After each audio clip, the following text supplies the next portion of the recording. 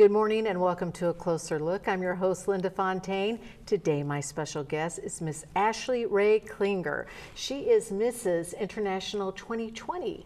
Thank you so much for being here today. Thank you for having me. This is neat. We don't usually have beauty pageant queens on the show, so this is really kind of neat.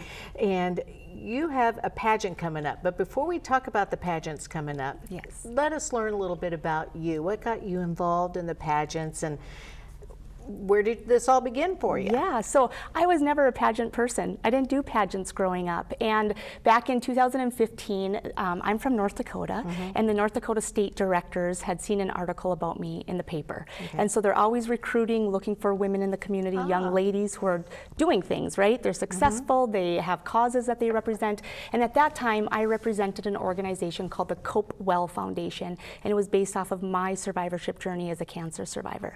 So they reached out to me. I was 35 years old, and they said, have you ever thought about being in a pageant? And I said, thank you, but no thank you. Because of course, like most people, I had my stereotypes of what pageants are all about and the type of women that compete in them. And so I took a couple of days, I researched the system, the international pageants, and I fell in love with who they were and what they represented. And their mission is to make a difference. And that's what I strive to do, is to make a difference in different areas of my life. And so I said, why not? Let's do this. And so I did my very first pageant 2 months later, and I won. I became Mrs. North Dakota International. Wow. I went to nationals that year, placed in the top 15, was awarded the title of Mrs. Midwest International, came back in 17, placed in the top 15 again. And then I took 2 years off. My husband and I started a family. And then I came back last year to Kingsport, and I won. Wow. So yeah, third time's a charm, I guess. So here I am. You were meant to be in these pageants. You're sweet, beautiful, of course. That's what it takes to be in these pageants, I think.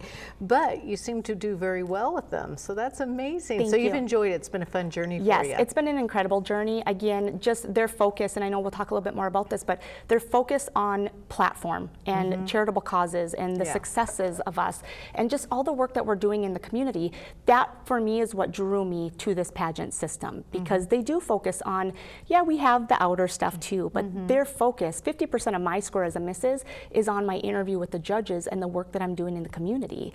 And that is huge for me. And so that's what drew me to this system. Very good, very good. So let's talk about that. What is your platform? Yes, so my platform when I came back last year in 2020 is Be a Foster. So I mentioned I took a couple years off to start a family. My husband and I are impacted by infertility. And so we adopted our little guy, Micah. So I took a couple years off just to welcome Micah into our home. He was 16 months old when he came to us.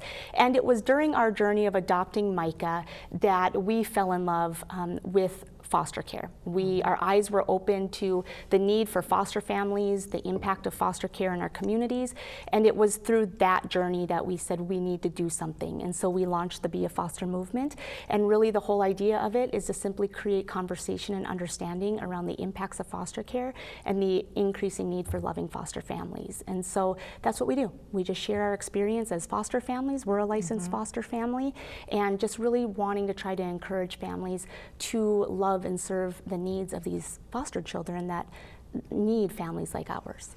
I'm glad you used that as a platform, because we need to be educated more about how to go about being a foster. Something I looked into years ago myself. I had children, but I always thought, oh, I can help more, you know, and I was having a hard time finding information that I could just talk to somebody about it. So I'm glad you're bringing more awareness to that. Thank you. Yeah, and that's the thing. I mean, we knew about foster care, but we didn't know the depths of foster care. And that's what we always tell people, just reach out and gather the information. Nothing's committing you to it, but just reach out and start gathering the information. If it's right for you, it's right for you. And if it's not, that's okay. We know it's a big commitment. We know it's a lot of work, but these kids need us. And because of the pandemic, of course, what happened, we knew this was going to happen, but during the pandemic, there was a decrease in numbers because of quarantining and social distancing. Things were going unnoticed and unreported because kids weren't in school.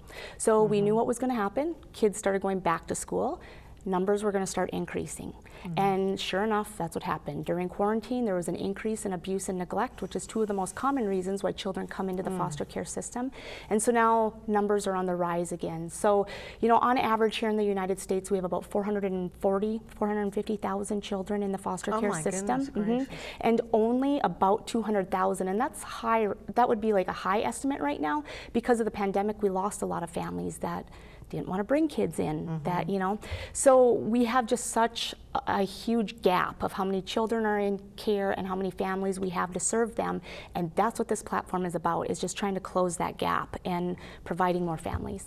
I think it's probably hard too with both parents working now. That's changed a lot, you know, the way we parent anymore. Yes. You know, and that's going to be difficult. Yeah, you know, luckily for us, I work from home. I work for myself, and so I have the flexibility, but that isn't the case for a lot of families. And so we are currently working with some of our local legislative members just to provide more support for foster families and adoptive families, because we see it all the time where families are having to make a choice of having the full-time job or being a foster family. And we don't want that to have to be a choice. You should be able to work full-time and still be a foster family. And so it's just trying to come up with different ways of supporting foster families, you know, from just paid time off and just different things like that. But when you are a foster family, you do have the support. Granted, every state is different, but in North Dakota, we have great support of our caseworkers. So if I, as a foster parent, can't bring kids to their appointments, I have support of other people that can do that for me. So it's not all falling on me as a foster parent, but if I want to do that, I can do that. So I guess my point is there's support out there. You've fostered more than one child? Yes. So we have fostered in some capacity 16 children. Oh my goodness. Yes. And a majority of them have been respite care. And that's one thing that we tell people. If you don't want to be a full-time foster family, respite care is a great opportunity. It's just providing temporary care for children so foster families can have a break. So we've done a lot of that, but we have had our 3 girls, I can call them our daughters now. 2.5 years ago, we got our first long-term placement of a sibling set of 3 girls. And we just finalized their adoption 3 weeks ago. Oh, congratulations. Yeah, thank you. So we are officially a family of 6 now. Oh, so, that's amazing. So a little boy and 3 girls. Yeah, so Micah will be 5 in August. Kinsey just turned 4, and the twins just turned 3. Oh, you're not busy. So, no, not at all. No. That's amazing. Thank you. Oh, well, lucky for them and for you. Yeah, yes, it's a two-way street. That's beautiful. Yeah, thank you. I love you sharing that with us. Thank you. Now let's talk about, there are a few pageants coming up. Yes. So one was yesterday, but this is airing before that, so we don't know who the winner is yet, because we're taping this before.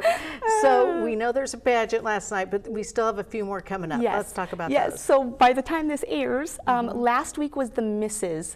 International Pageant, and that's the category that I'm in, is the Mrs. We're the older married ones. But this coming week, we have 3 other categories. We have our Miss Division, our Miss Teen Division, and our Miss Preteen Division. So 3 different categories, and they've got 4 different areas of competition. We have interview, we have fitness wear, fun fashion, and evening gown that they compete in. So. Oh, that's exciting. Where's this all taking place? So it's at the Meadowview Marriott. It's such a beautiful facility. You're from here, you know. It's beautiful. We were there last year. That was our first year here. This is our 2nd year returning, and it was part of the experience. Their staff is amazing. The facility is amazing. Such a great experience. So that's where it's at. Okay, and how can people get involved? Yes, so they can go to our website. I can give, ours is mrsinternational.com.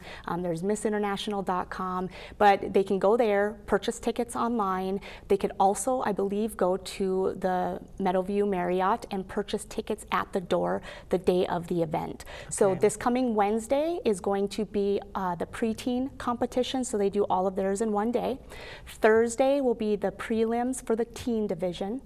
Friday is the prelims for the Miss division, and then on Saturday is finals for the teen and the Miss together. Okay, and we're talking like the 29th and 30th, and do I have the dates right? So the 28th, I think, is Wednesday, right? Then the 29th is Thursday. Is it? The 30th is Friday, and Okay. the 31st is Saturday. Okay, very good. Thank you. Yes. Because I'm sitting here in my head trying to figure it all out. Yes, and the pageant each night is at 7:30, so that's the same each night, so that's that makes easy it to easy. remember. Yes, but I mean, come on, I mean, we've got over 150 women and young ladies from all around the world that are here in Kingsport this week that are, you know, we're showcasing our accomplishments as women and as young ladies and the charitable causes that we're here to represent and bring awareness to, and it's just, it's so much fun. It's just, it's an experience of a lifetime. It really is. So everybody can just show up around 7 o'clock. It starts at 7:30. Yes. Any of those nights. And Yes. do you know how much it costs to get in? Do we know that I information? don't know right off the top of my head. I want to say